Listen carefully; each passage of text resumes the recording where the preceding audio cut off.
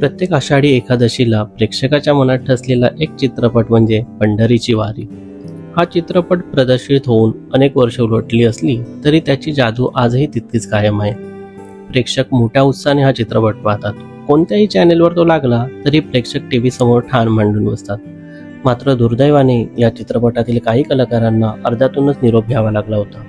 चित्रपटातील प्रमुख कलाकारांपैकी अनेक जण आज आपल्यात नाही. सुरुवातीला हा चित्रपट अभिनेत्री रंजना आणि अभिनेते अरुण सरनाईक यांना घेऊन तयार केला जाणार होता. तब्बल 70% शूटिंग पूर्ण झाले होते.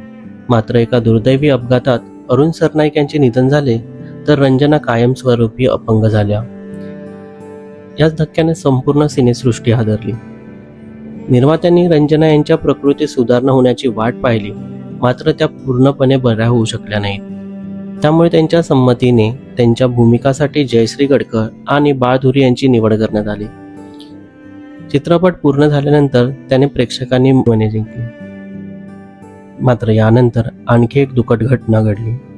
चित्रपटात विठोबाची भूमिका साकारलेल्या बालकलाकार बकुल कवठेकर याचे अकाली निधन झाले. त्यांनी संवाद न बोलता आपल्या हावभावांतून प्रेक्षकांवर अमिट छाप सोडली होती. चित्रपटानंतर त्यांनी पुण्यात फाईन आर्ट्समध्ये शिक्षण घेतले.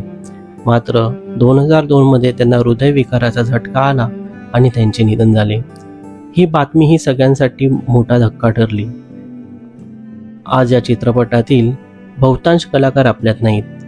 जयश्री गडकर, राजा गोसावी, आशा पाटील, दीनानाथ तकलकर यांचे निधन झाले आहे.